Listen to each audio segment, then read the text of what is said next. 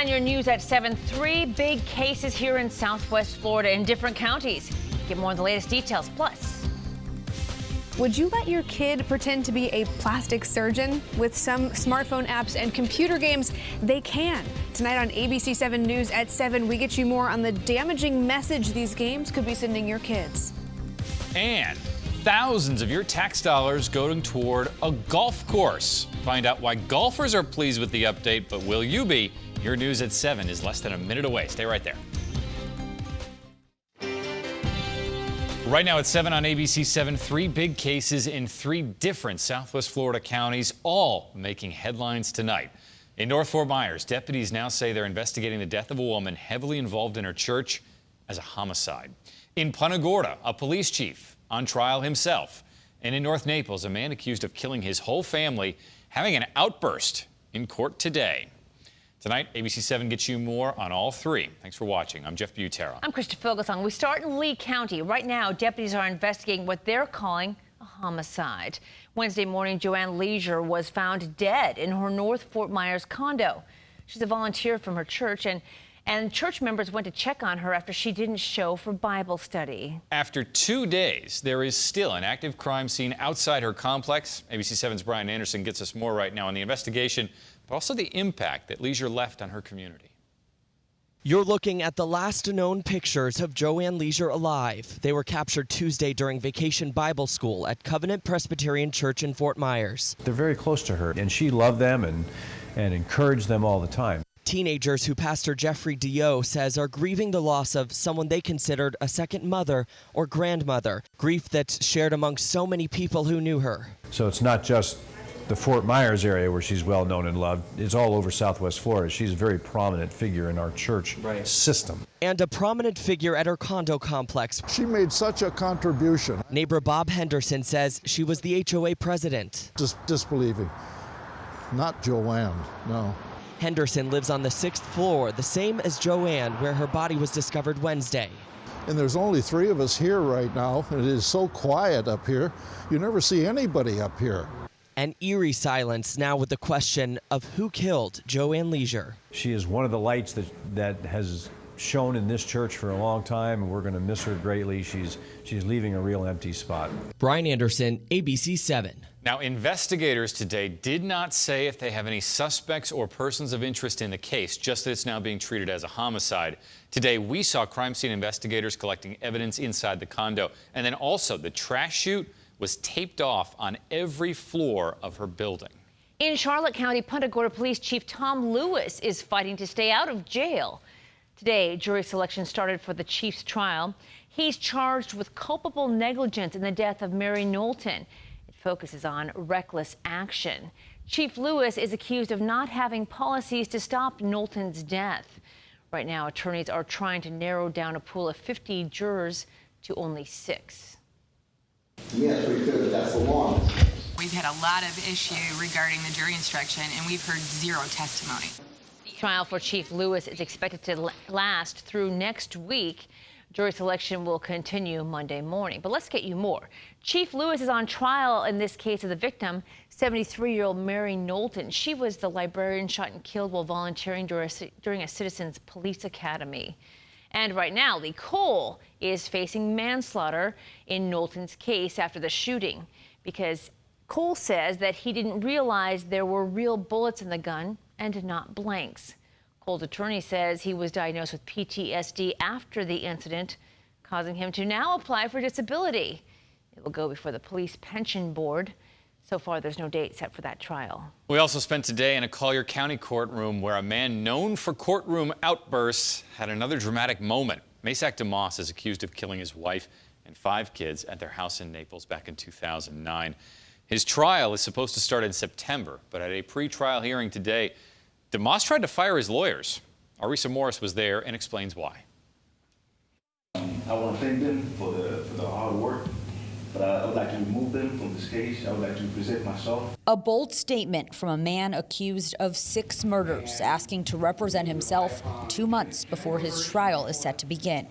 I would like to present myself. I don't want no. I would like those 2 gentlemen take a break, remove from the case, and I would like to plead guilty as now. His attorneys say this latest outburst is because a law enforcement officer used excessive force when DeMoss was in the hospital a few weeks ago, and he wants to get out of the county jail. It would be better for me to do with my wife, my kids, than to be in this Collier County jail. But DeMoss says he does not want a trial because he doesn't want the pictures of the bodies shown in court. I don't want people, especially the family of my wife, to see the couple's pictures of my kids and my wife. For years, DeMoss has said he was possessed by demons when the murders happened. But today he gave a little more insight, saying this all happened because he wasn't a good Christian. I was not a good Christian, okay? I was having an affair with other ladies and everything, you know what I'm saying? Risa Morris reporting from Collier County tonight. Now, the judge asked DeMoss to talk it over with his lawyers and come back with a decision later on whether to represent himself during the trial. Stay with ABC 7 for continuing coverage of all the big cases today, both on air and online at abc-7.com. New at 7, the NAACP State Attorney's Office and Fort Myers Police Department came together. During their meeting, NAACP representatives say they are finally getting answers to questions from the Free Report. Leaders also say they're seeing changes in the behavior of police officers. Police Chief Derek Diggs says that's not by accident. We have to have positive police-community relations if we want to bring the crime down in this community and keep it down. Monday, there will be another town hall meeting at Dunbar High School. It's open to the public. Let's get you more, though. The first time NAACP met with law enforcement was in April. It was shortly after that Free Report came out. During the meeting, NAACP leaders explained there needed to be a better way for the public to communicate with officers. Brand new at 7 tonight, sprucing up the city. Crews in Cape Coral are finishing $300,000 worth of renovations at the Coral Oaks Golf Course. Most of that money is going toward new grass there. ABC 7's Jesse Pagan today talked to golfers in the area who think it's money well spent.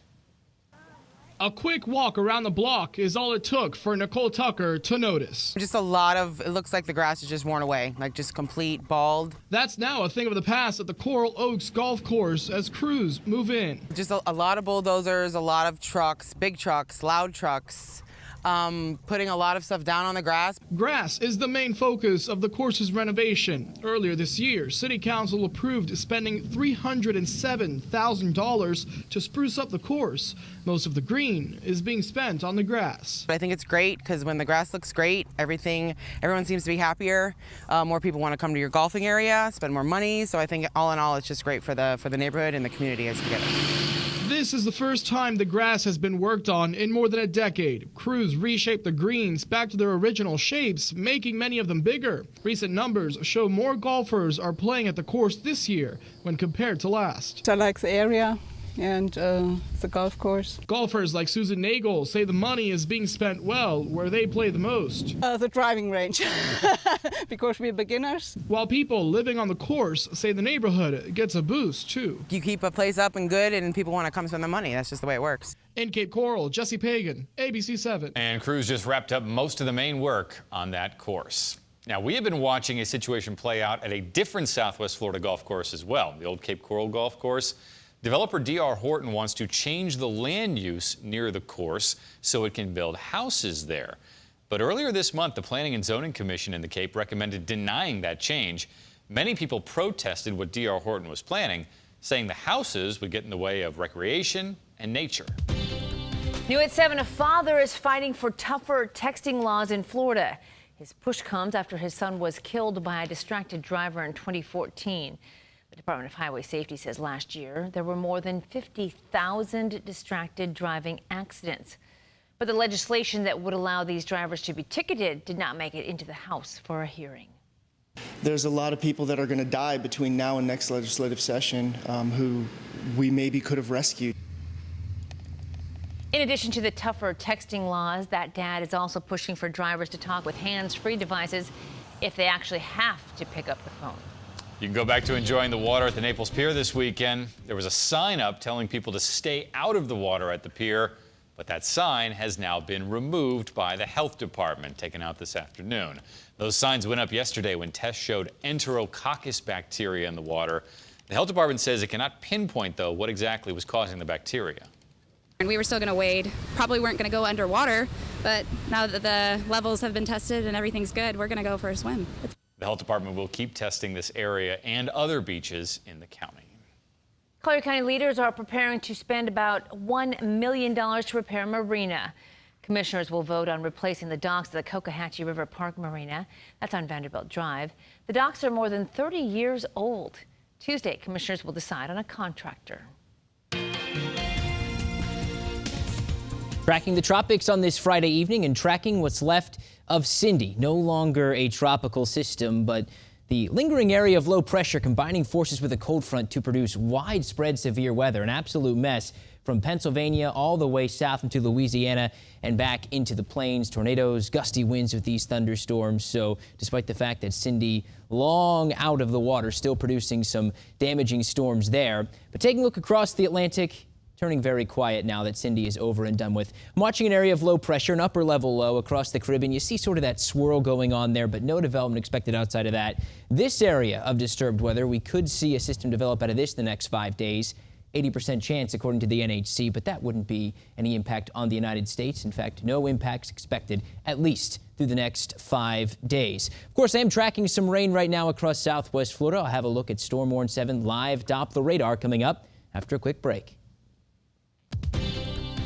It feeds into the perception or the misperception that everything has to be moved around and you just keep going and going and going. When it becomes disproportionate and it becomes where if you don't keep doing it, it interferes with your thoughts and your ability to function. Young girls considering plastic surgery. Find out who has them thinking about going under the knife before they can drive a car. Birthday parties are fun until you have to buy a present, especially for a kid you don't know. In tonight's What the Tech, Jamie Tucker is showing us where to get the best gifts they'll love.